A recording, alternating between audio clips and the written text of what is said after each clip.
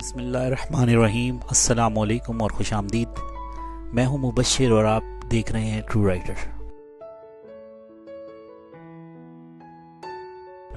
شیخ رشید احمد وہ سیاستدان ہیں جن کی ذاتی زندگی پر میڈیا نے بے حد کیچڑ اچھالا۔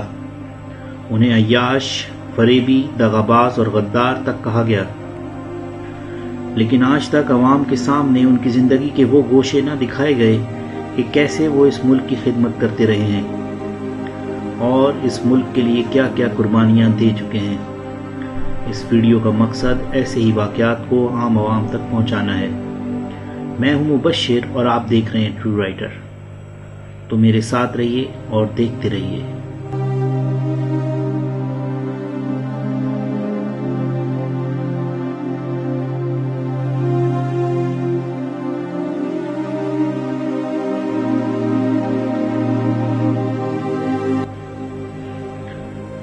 شیخ رشید احمد نے غریب گھرانے میں آنکھ کھولی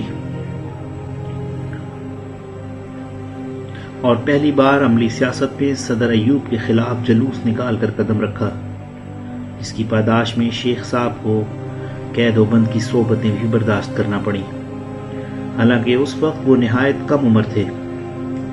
شیخ رشید احمد وہ بدقسمت سیاستدان ہیں کہ جب انہیں عدالت میں 7 سال کی قید کی سزا ہوئی تو اسی دن ان کی ماں کا انتقال ہوا، اور شیخ رشید احمد پولیس کسٹڈی میں ہتکڑیاں لگے ہاتھوں کے ساتھ صرف ماں کا جنازہ پڑھ سکے، اور پھر انہیں بہاولپور جیل منتقل کر دیا گیا۔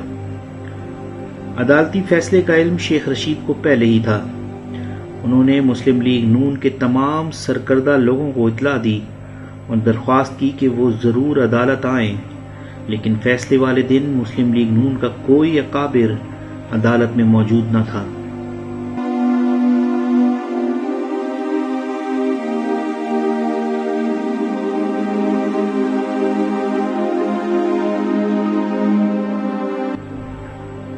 دو 2004 میں شیخ رشید احمد کو اٹل بہاری واجپئی کی پاکستان یاترا کے دوران ہوسٹ منسٹر بنایا گیا، لیکن اٹل بہاری واجپئی نے شیخ رشید کو مسترد کیا اور اپنی وزٹ تک کینسل کرنے کی بات کی۔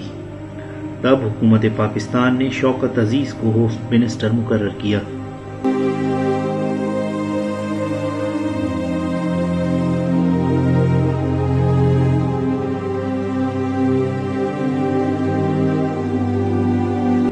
انڈیا ٹوڈے کی ایک رپورٹ کے مطابق حریت رہنما یاسین ملک نے الزام عائد کیا کہ شیخ رشید احمد فتح جنگ میں ایک جہادی ٹریننگ کیمپ چلاتے ہیں، جہاں تقریباً 3600 افراد مسلح ٹریننگ لے رہے ہیں۔ تاہم بعد میں یاسین ملک نے اپنے بیان کو واپس لے لیا۔ یہ بیان انڈیا میں خوب نمک مرچ لگا کر پیش کیا گیا۔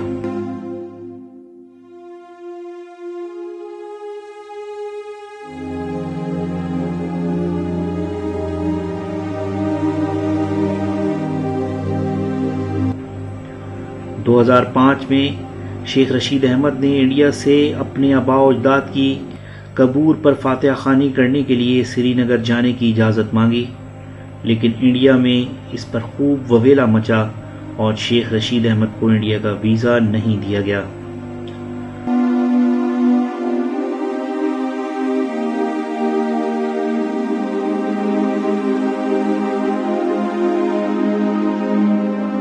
دو 2012 میں شیخ رشید کو ہوسٹن ایئرپورٹ پر 5 گھنٹے حراست میں رکھا گیا۔